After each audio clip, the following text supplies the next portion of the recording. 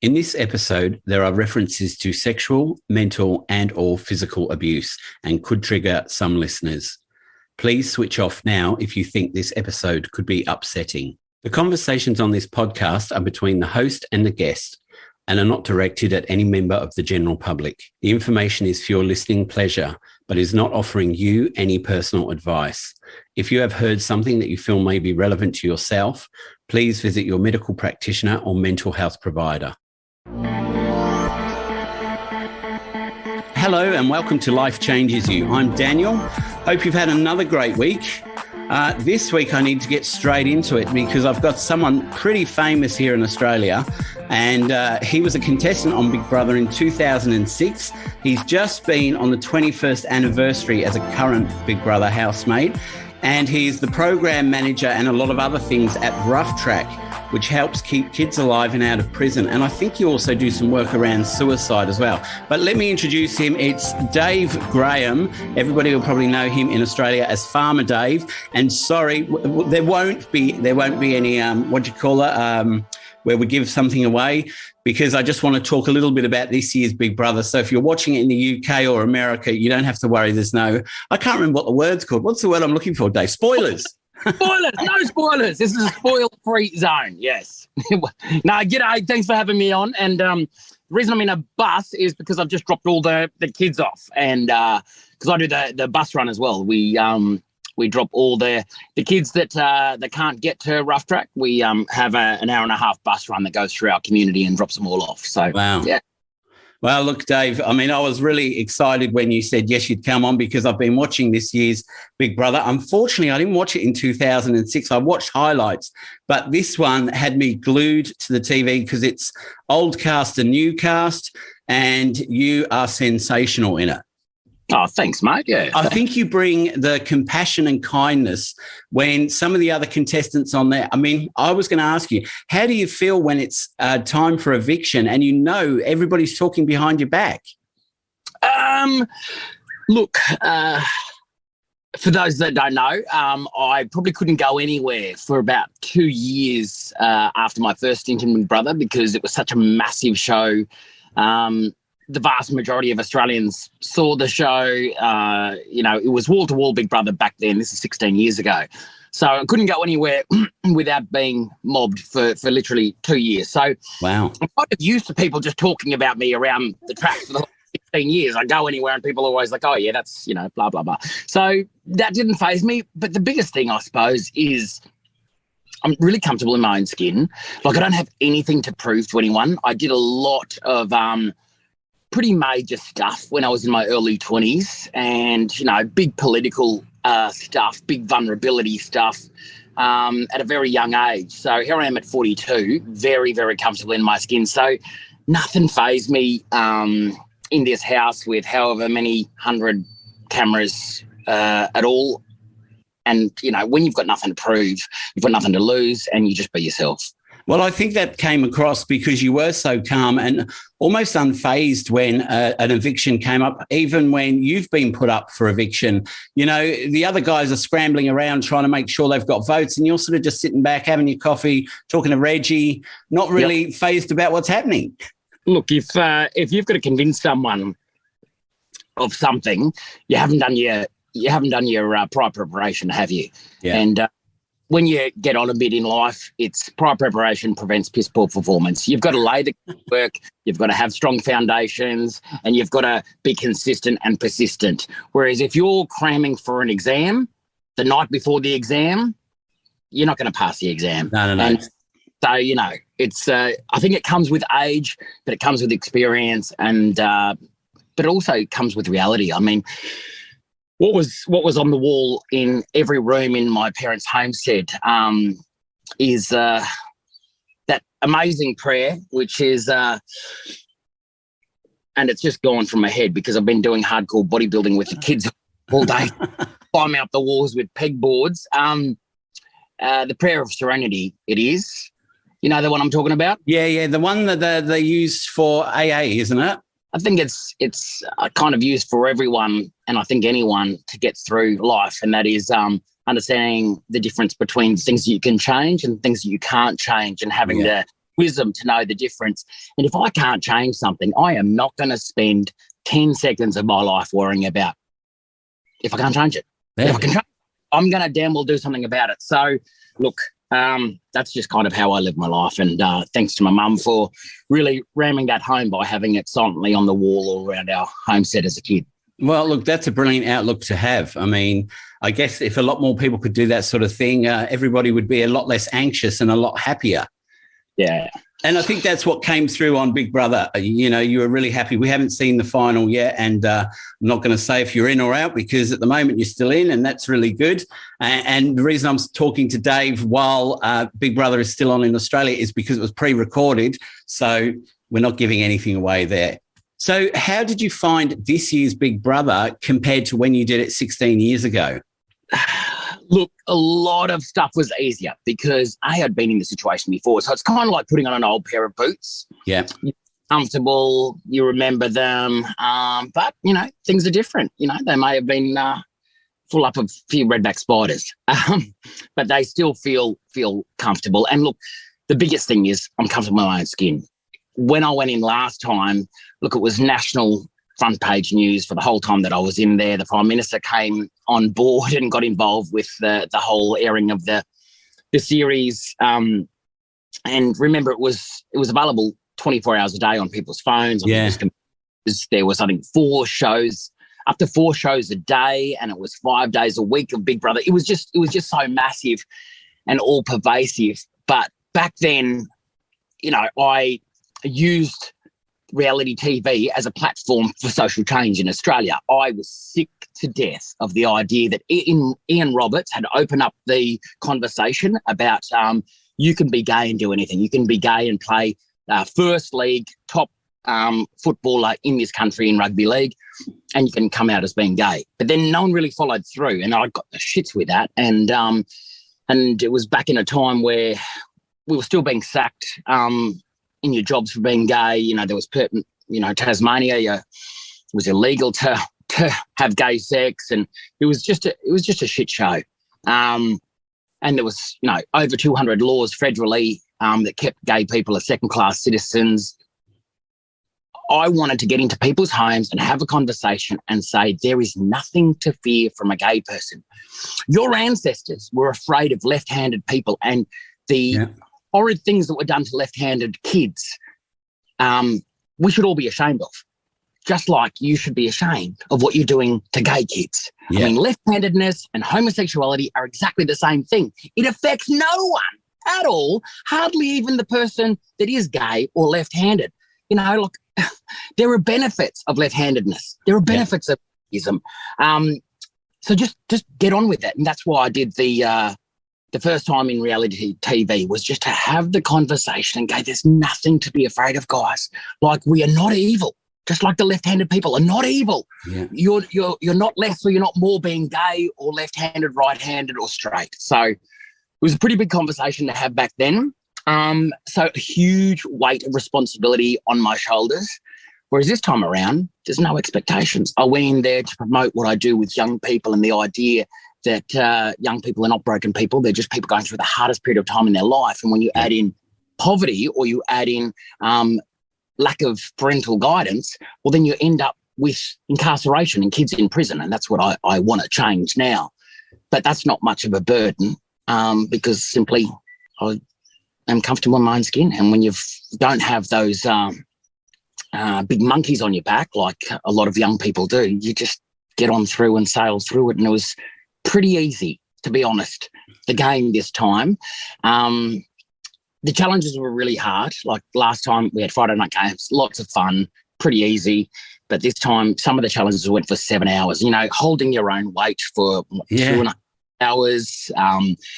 They were brutal challenges. And, you know, I'm a 42-year-old man and I've had a really busted ass body. I've done a lot of damage to my body. I haven't been kind to my temple. I've jumped out of aeroplanes, smashed to the ground. I've been knocked off horses right across the planet. I've been smashed up by soldiers in Middle East and locked up abroad. Plus rolled plenty of utes, motorbikes and had farm accidents. So most of my body's been broken. But when it comes to resilience and it comes to just forcing yourself beyond what you possibly thought you could have done, something that I like to do and something that I think we should all strive to do. So that's what was awesome about the house. Not just a TV show, it was definitely a challenge on a level that I think few of us get to experience. I mean, more people have climbed Mount Everest than been in the Big Brother house. Yeah. So it's a pretty cool thing. But so how old were you when you came out on Big Brother? 26. Wow. And I mean, that is a huge weight of responsibility, as you're saying, at 26 to come out. And as you say, also, it was a time when I guess gay people were still sort of in the closet and scared to come out, because it's not like it is today, 16, 20 years on, where we are a lot more free and open about what's going on in the community and accepting of everybody. I suppose back then there were pockets where it was absolutely fine and it was wonderful. Pockets in major cities, the eastern suburbs of the major cities. Whereas now there's pockets that it's not okay, especially the western suburbs of some of the cities, like the western suburbs of Sydney, where religiousness has really increased.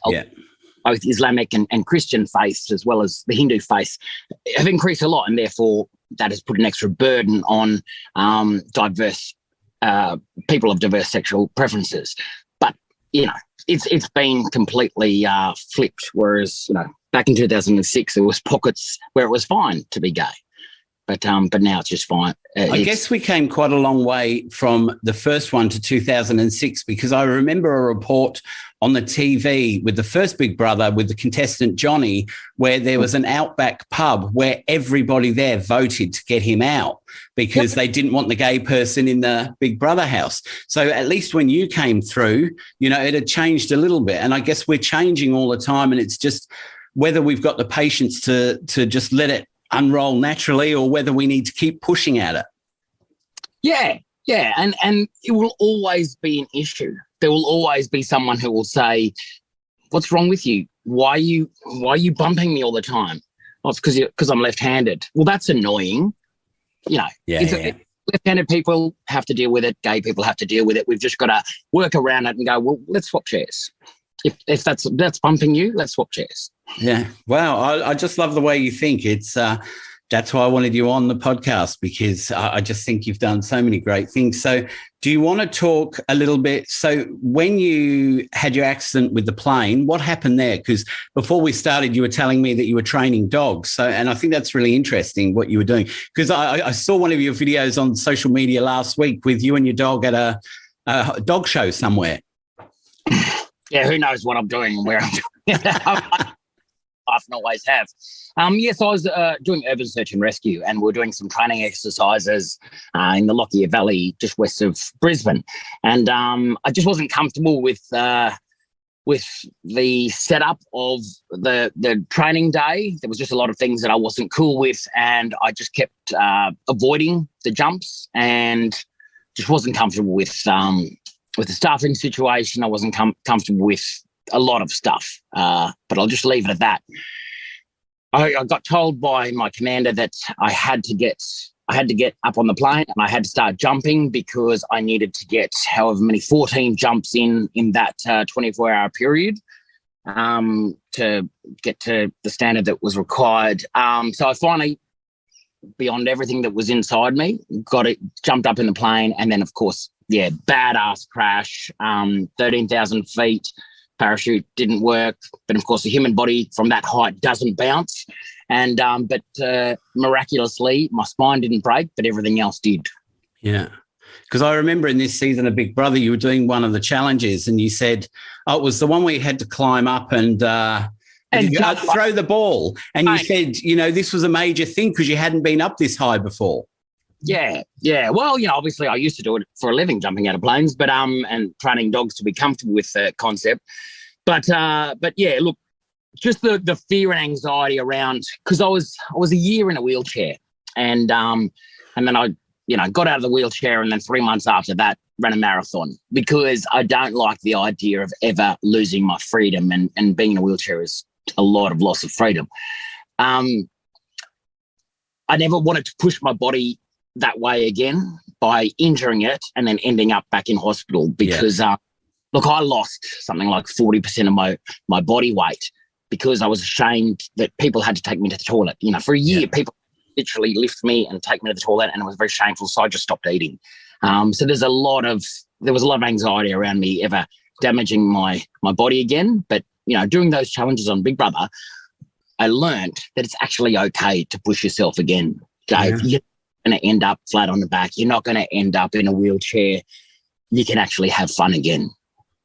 Oh, amazing, amazing. Well, look, let's talk a little bit about your current work at Rufftrack, where you're a man of many talents there. You do wear lots of different hats. So tell us a bit about what it is and what you're hoping to achieve from doing the programs you do. Yeah, so we've got 3 jobs. We've got three straightforward jobs. One is we keep kids alive. Doesn't always work. A few weeks ago, one of our kids did take his own life. And, I've got another one that's a bit touch and go today because his dad took his life a couple of days ago. So, it's extreme. So one job is to keep the kids alive, and it's not always that easy, but we bloody well do our best. The second is to keep kids out of prison. And we've had a pretty good track record of that. I mean, nearly all the kids that come to us, they're on a direct path to early death or prison. Yeah, that's it. Now, our job is to make sure that we keep them alive, we keep them out of prison. And our last job is to give them skills for a secure future, to break all those cycles that got them in that place in the first place. Because all of us are teenagers and we all make stupid mistakes. But when you add in the issues that these kids deal with through absolutely no fault of their own, they end up on a direct path to early death and incarceration. And the simple fact is, in Australia, 97% of kids that are in lockup or spend any time in juvenile detention will end up in prison as adults. I mean, how can we condemn these kids because of no fault of their own, making a few poor choices to a life behind bars as adults? I mean, we've got a small window in their teenage years when they're violent or they're vulnerable to get them on the right path. And then we've got a great citizen of a country. And it's 97% guaranteed that they'll be put in jail as adults. I mean, that's a horrendous statistic. We only have 80% of kids go through to grade 12. Yeah. So we've got to do something about it, and Rufftrack does something about it. It's a solution that's a flexible safety net that's right around the kid to do whatever is required to bounce them back up through the cracks that they've fallen through. And we do it a whole different gamut of ways. We do whatever it takes, however long it takes. And it starts off with a dog. The kids turn up, and we've got 28 dogs, and they bond with a dog, and that's their dog for their time in the program. Be their time in the program a 10-week foundation or 10 years, whatever it takes. That's their dog that they bond with, and they learn respect. They learn responsibility. They learn trust. We know that dogs, they don't talk much, but they listen a lot. And when you're a 14-year-old who's may have been raped a heck of a lot by family members, you don't have parents at all, and you've just been chucked from here to there, or if you're locked in a cage of care, or you're in a hotel and you've got government workers with you all the time, all you need is to be heard. And that's what the dogs do. They listen. Gosh. And that's the magic. That's where it all starts. We find these little specks of gold that the relationship of the dog and the kid start to produce. And then we mine that gold and we make it more and more, and we give more and more value to good behaviour, and we reward all those good behaviours. Hey, mate, I loved how you patted the dog just then. Hey, I loved how you got the dog to sit just then. I loved how you went through the processes of getting your dog to be by your side on a loose lead with kindness. You start to mine that gold, and soon enough, if you ignore bad behaviour and reward good behaviour, you get really, really good habits that are hard to break. And then, hey, presto, you've got an amazing human ready for life. Wow. I mean, that's amazing, mate. That's amazing. Because, look, I mean, I've had dogs since I was, I think, 14, and dogs just give you unconditional love if they're treated well. And they'll always be there. They'll always be happy to see you. So bonding a child with a dog who's been through a rough time, what a great experience, because they're learning to live with a dog, take care of it. It's not all about them. It's about something else. And that's truly incredible. Yeah. And then from the dog, I mean, we get out and we get about, we go right around Australia. We could be working on stations doing sheep herding. I mean, sheep herding is phenomenal for a brain of a young person that doesn't have perspective. And when I talk about perspective, it's like, if I do this, how is it going to affect others? And sometimes the kids that we deal with, no, not sometimes, not most, all the time, the kids that come to us don't have, I want that, so I'll take it, is their thought process. Yeah. I want to go there, so I'll go there. And that's what they do. Whereas most of us, when we get to adulthood, we have this perspective. Well, I can't take that because I didn't earn enough money to purchase it. I can't just take a house on the seaboard because I want it. I don't have $4 million, so I can't have it. So sheep herding gives perspective because you've got a mob of sheep, you've got a kid on this side, you've got a dog on that side. The kid has to cue the dog to do all sorts of different behaviours, to work as a single unit, to work as a single team, but everything's the opposite. So it builds this part of the brain of perspective, and then they can understand what it's like to be another person. What's it like when I say, fuck you, you fucking asshole bastard? Well, I know what that's like. Or what's it like to have something of yours taken away? That part of the brain suddenly develops so that they start to realise, I can't just take what I want, and I can't just be abusive, and I can't hurt others. I certainly shouldn't be hurting myself. So the dogs build all of that. Plus, they give us an opportunity to perform. So we do amazing dog sports like dog high jump or dock dogs. So they're performing with their best mate. And these are kids that often have got such extreme anxiety that they couldn't even go to class because they were freaked out about being with other kids, let alone in front of a massive audience. Yeah. So the dog helps them overcome the confidence barriers, which probably would have inhibited their ability to get a job for the entire life. But here they are in front of 30,000 people in a stadium or in an arena performing with their dog and waving to an adoring crowd. I mean, the dogs give us the ability to do so much. It's not just a simple, let's pat the dog or read to the dog. We do so much with the dogs around Australia. Plus, they do bushfire recovery fencing. We've done kilometre after kilometre after kilometre of repairing people's fences got wiped out by the bushfires. We're helping with flood recovery in our local region. We make food for people that can't afford food because a big part of our program is generosity. So it's mastery, which is getting the skills in carpentry, in metal fabrication, horticulture, agriculture, you name it. We do a lot of mastery skills, but also generosity as well, in the idea of giving back. And all of it's part of a big circle of courage that is a big part of who we are. And connection, obviously, we give kids connection. And it starts with the relationship with the dog, but then we expand it out and we have a brotherhood. Even though we have girls in our program, we have a real good brotherhood, which negates that need that the kids have to join a gang. And we know some of the things that can go wrong when a kid joins a gang because they're desperately seeking that family that they probably acceptance. Yeah.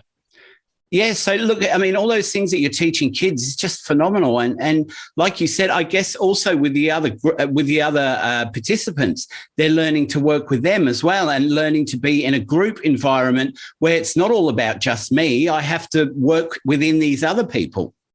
Yeah, yep. They understand in group dynamics. When you're going to get a job in a workplace, you've got to get along for the greater good, and we know that teamwork makes the dream work. And so we're creating this idea of working in a team, having cohesion. You may not get along with everyone, but you can't tell someone to go fuck themselves and punch them in the face just because you didn't get along for 5 minutes. Yeah. You've actually got to have all of these skills to get along in life.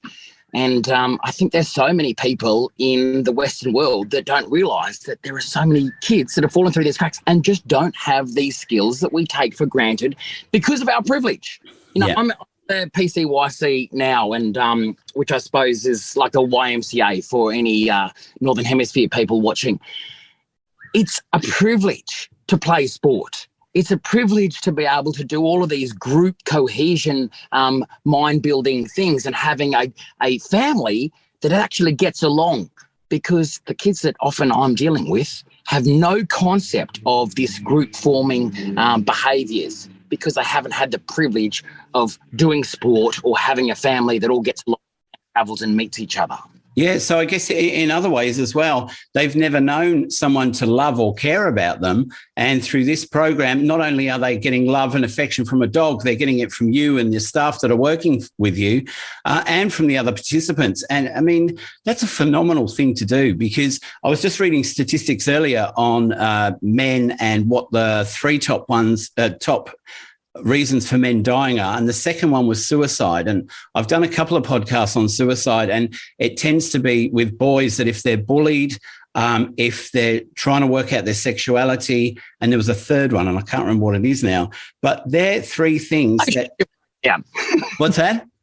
Probably relationship breakdown in my experience. It could be. But, you know, those three things compounded at an age, say, 14 to 20, because at 20, we're still developing how we are and who we are as a person. So, you know, at that stage, we can't afford to lose young men, because of lack of, I guess, funding or mental health things. So what you're doing is actually filling in to those places where they can't get in to see a counsellor. And as you say, with privilege, you might be able to afford to have a psychologist. Some of these kids haven't got that opportunity, have they? And you're giving them the opportunity to grow and create something new for themselves. Absolutely. But it's not just a psychologist. It's that whole thing that comes with privilege. It's parent gets up in the morning, makes sure that everyone's okay, make sure that everyone gets to where they need to go, and also goes to work. You know, that whole simple, you think about your normal routine of a morning. Yeah. Imagine doing that. Imagine just waking up and having bongs or doing ice, you know, and or someone coming over and flogging the shit out of you, or the police turning up at all hours of the night because of whatever. I mean, the disruption that a lot of these kids deal with is so alien, so foreign to people of privilege. And I grew up with incredible privilege. I grew up on a station so far away from a town that I didn't even know towns existed until I was 9 years old and went away to boarding school. Wow. You know, I grew up with incredible privilege, and we've got to acknowledge, if we know where we are sleeping at night, if we are not hungry, that's privilege. Yeah. And we've got to accept what it can be like if you don't have those things. And it doesn't matter. There is no colour concept here when it comes to these kids that have fallen through the cracks. They come from any background. It just simply, the one thing that they all have in common is lack of that flexible safety net that we all need to be able to work and get through to adulthood. And thrive and feel good about yourself. Have that self-esteem that you've achieved something and you're not a bad person. Everything that's happened to you is outside of you, and now we can help help put you back together in a way that you can move on and have a great life. So if people wanted to donate, is that an option to donate to Rufftrack? Yeah, absolutely. Look, big part of what we do at Rufftrack is encourage the kids and inspire the kids, but also show the kids to make their own fortune. So we do a lot of work to get paid, therefore to be able to run the organisation. I mean, there was a big part there during COVID where we weren't able to do any of that, so we were just picking up cans, and it was a 10-cent return and earn that we were actually our program. It costs about $6,000 every week just to keep the doors open of our program. So you can go to rufftrack.com, and it's rufftrack.com, and you can donate from anywhere in the world. We're very fortunate to have a lot of supporters in the United States and right across Australia. And we have people that give us $10,000, and we have people that give us $10 each month, and it keeps food in the kids' bellies, and obviously has that really highly qualified staff all around them to give them the skills that they need to be able to have that incredible life that so many of us just take for granted. Look, I just want to finish on two things for you. So what are you hopeful for in the future, not just for you, but for the world? What's something that you really think would benefit everybody? Look, the biggest thing is, like what I do is I am a very loud, very full-on, very confident man. And I take a lot of space, but I get the kick out of backing away and allowing that face to be filled by others. And so I'm a space creator. I create new spaces and I allow the others to fill those. So with Rufftrack, my whole job is to do myself out of a job. Yeah. And that is that the young people are going to come through and take over, and I'm going to then have to go and find a new career.